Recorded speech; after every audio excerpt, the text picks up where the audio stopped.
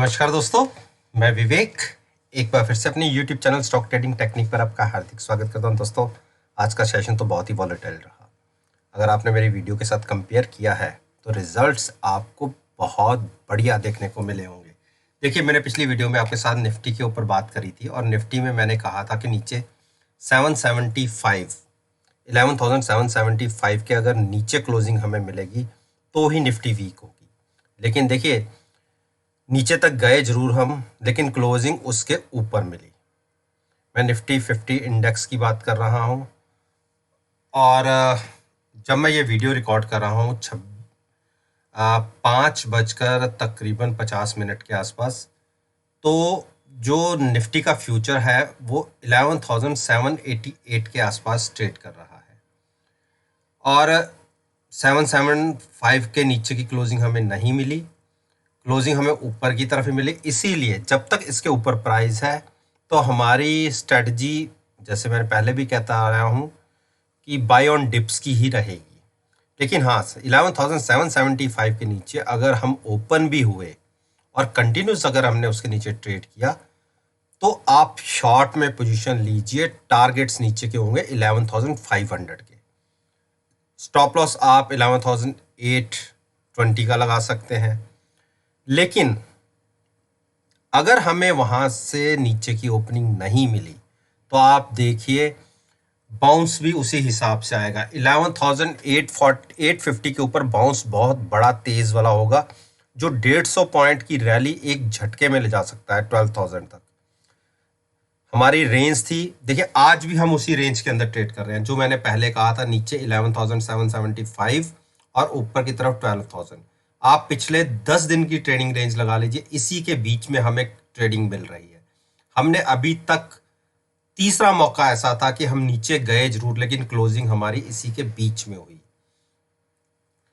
डाउ आज के दिन में 300 पॉइंट नीचे ट्रेड कर रहा है, इसीलिए पॉसिबिलिटी 90% सुबह की ये रहेगी कि हम गैप डाउन खुल सकते हैं।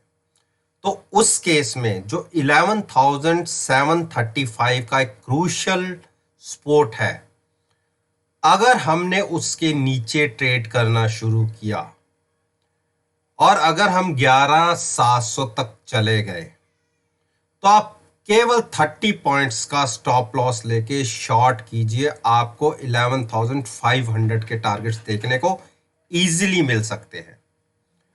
लेकिन जब तक हम 737 को ब्रेक नहीं करेंगे तब तक शॉर्ट में कोई पोजीशन नहीं बनती।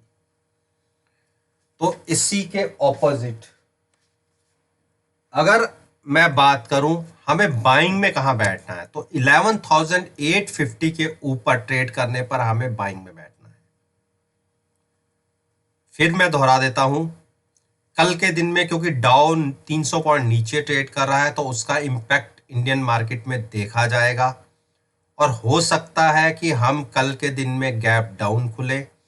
गैप डाउन अगर 11,735 के नीचे चले जाते हैं और 11,700 के आसपास ट्रेड करते हैं तो आप 35 से 40 पॉइंट यानी 11,740 का स्टॉप लॉस लेके शॉर्ट करिए 11,500 के टारगेट के लिए।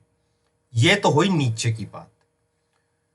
और मैं यहां से तकरीबन 50 पॉइंट 70 to 80 पॉइंट और ऊपर की बात करता हूं। 11,850 क्रॉस करने के ऊपर अगर अपसाइड पर हम 11,850 क्रॉस कर देंगे तो एक शॉर्ट कवरिंग वाली रैली देखने को मिल सकती है जो 12,000 तक कंटिन्यू हो सकती है।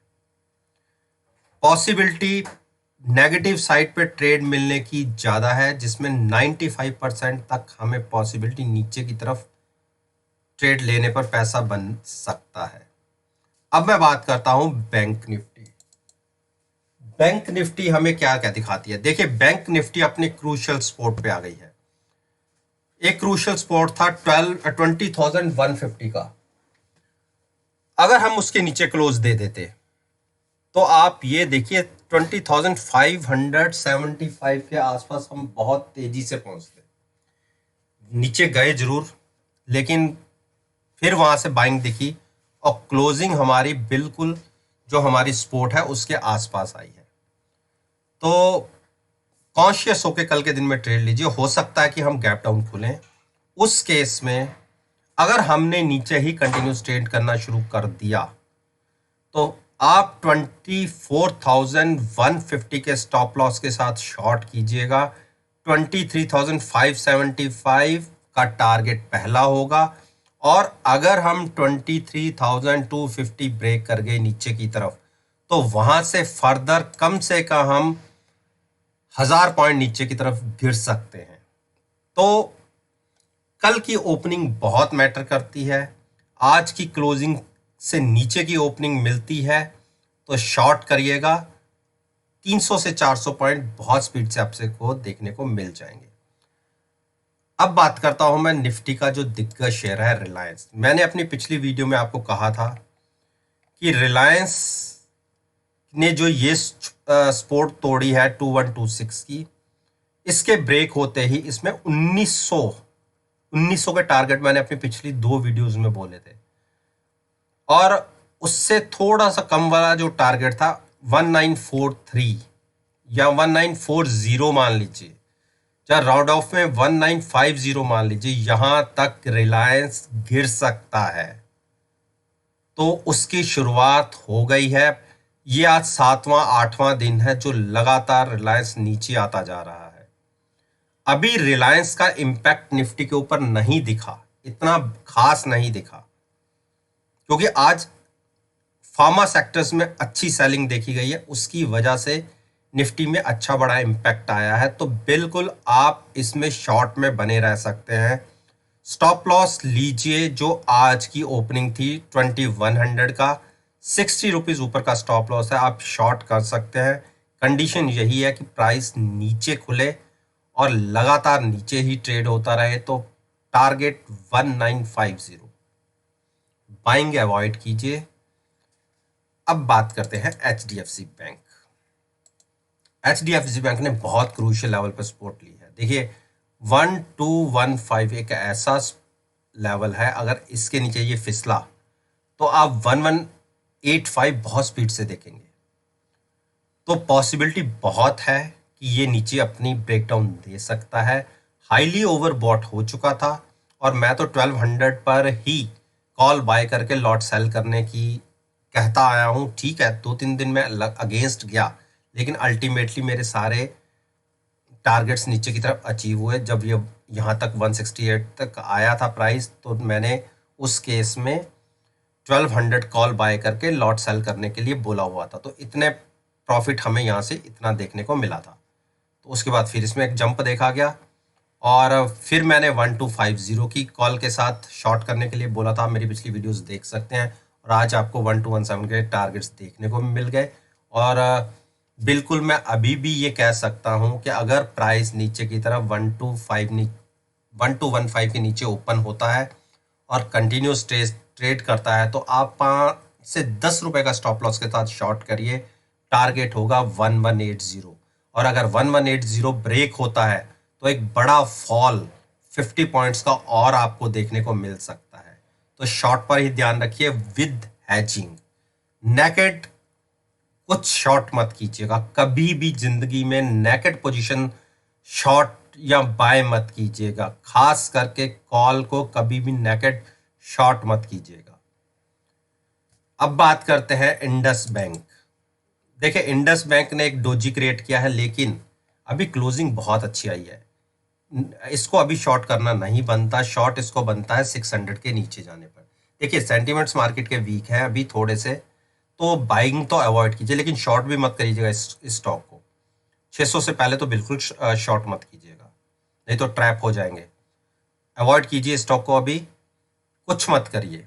एच डी एफ सी में मेरा अपने जो मैंने 2050 की कॉल बाय करके लॉट सेल किया हुआ है, देखिए अभी तक मेरे थोड़े से पैसे इसके अंदर लग रहे हैं, लेकिन मैं अपनी बात पे बिल्कुल इंटैक्ट हूँ। मुझे इसके अंदर तकरीबन यहाँ से 80 से 90 पॉइंट का फॉल होना चाहिए या दिखता है। कम से कम 2020 तक तो जरूर दिखता है। इसीलिए मैंने आज भी अपनी कॉल को होल्ड करके लॉट सेल किया हुआ है। तो क्योंकि इतनी नेगेटिव मार्केट में भी इस स्टॉक ने आउट परफॉर्म किया है, और आउट परफॉर्म किया है।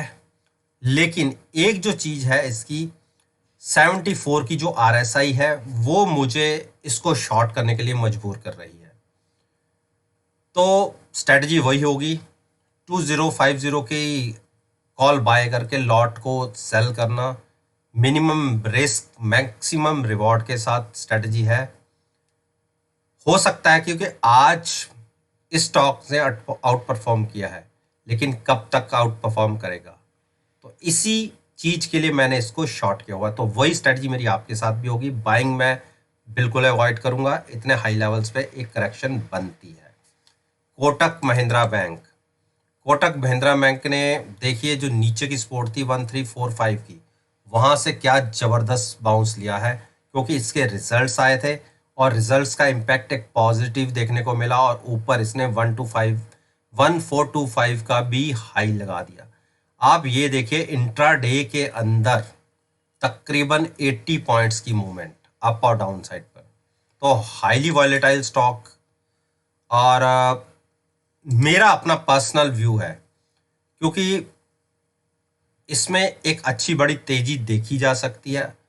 मैं कल का वेट करूंगा, अगर इसने एक बाउंस सुबह और दिखाया तो मैं उस बाउंस को शॉर्ट की अपॉर्चुनिटी मानूंगा विद हैजिंग। कॉल बाय करके मैं लॉट को सेल करना पसंद करूंगा अगर ये स्टॉक ऊपर 10 से 15 रुपए और ऊपर ओपन हुआ। तो 1430 के आसपास जब ये स्टॉक चला जाए तो 1430 के ही कॉल बाय करके इसको शॉर्ट करना बनता है वहां पर, क्योंकि इसकी आरएसआई भी तकरीबन 60, 63, 64 है। तो उस केस में वहां तक 70 के आसपास हो जाएगी, तो हम इसको एक शॉर्ट की अपॉर्चुनिटी के साथ देखेंगे इतनी बड़ी रैली के बाद।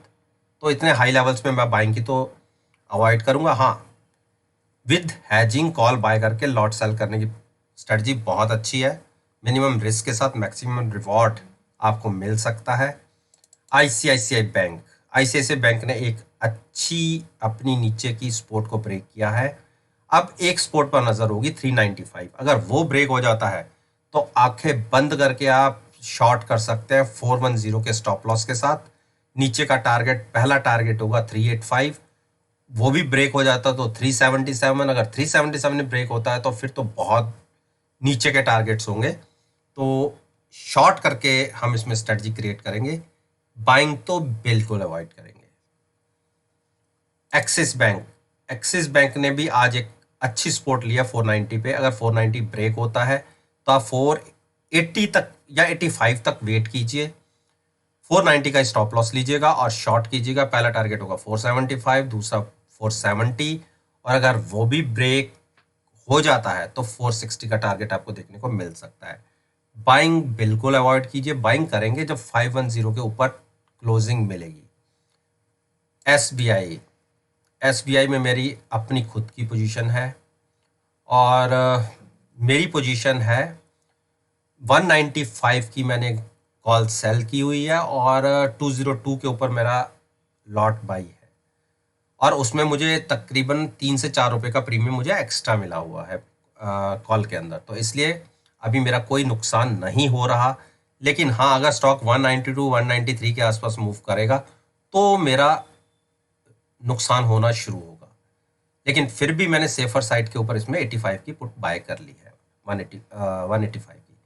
तो आपको भी मैं सजेस्ट यही करूंगा, क्योंकि जो इसकी एक रेंज थी 197 और ऊपर 207 को, 197 की जो नीचे की सपोर्ट थी उसको ब्रेक करके ही इसने क्लोजिंग दी है 196 के आसपास, स्लाइटली नेगेटिव। लेकिन जब अगर इसने 196 को ब्रेक कर दिया तो ये स्टॉक नेगेटिव टेरिटरी की तरफ अच्छी बड़ा डिप दिखा सकता है, तकरीबन 187 तक। तो उम्मीद तो मेरी ये है कि 196 नहीं टूटना चाहिए, लेकिन अगर मार्केट ही नेगेटिव हुई तो ये कहां से बच पाएगा। तो उस केस में आप अगर 197 थोड़े से गैप से तोड़ता है, यानी 195 के आसपास प्राइस ट्रेड होना शुरू करता है, तो आप 197 का स्टॉप लॉस लेके उस केस में आप शॉर्ट कर सकते हैं। लेकिन जहाँ क्लोजिंग मिली है यहाँ शॉर्ट करना नहीं बनता। फ्रेश बाइंग अवॉइड कीजिए। शॉर्ट में पोजीशन मिल सकती है, लेकिन वो भी 195 से पहले मत बनाइएगा। उस केस में ₹2 के स्टॉप लॉस के साथ 187 के टारगेट के साथ शॉर्ट कर सकते हैं। तो दोस्तों, ये जो स्टॉक्स थे जिसके ऊपर मैं अपना ओपिनियन रोज आपके साथ शेयर करता हूं, आप इनको मेरी वीडियो के साथ नेक्स्ट सेशन के साथ कंपेयर कर सकते हैं और यकीन मानिए आपको बहुत अच्छे रिजल्ट्स देखने को मिलेंगे। अगर आप समझते हैं कि आपको इस वीडियो से कोई इन्फॉर्मेशन मिली है तो आप मेरी वीडियो को लाइक कीजिए, शेयर कीजिए और साथ में यूट्यूब चैनल को सब्सक्राइब करना मत भूलिएगा। और अगर बेल आइकन का बटन भी आप प्रेस करेंगे तो नोटिफिकेशन डायरेक्टली और टाइमली आप तक पहुंच जाएंगे। तो इसी बात के साथ मैं आपसे विदा लेता हूं और एक नई वीडियो के साथ फिर से आपके सामने आऊंगा। तब तक के लिए धन्यवाद। Take care and have a nice day.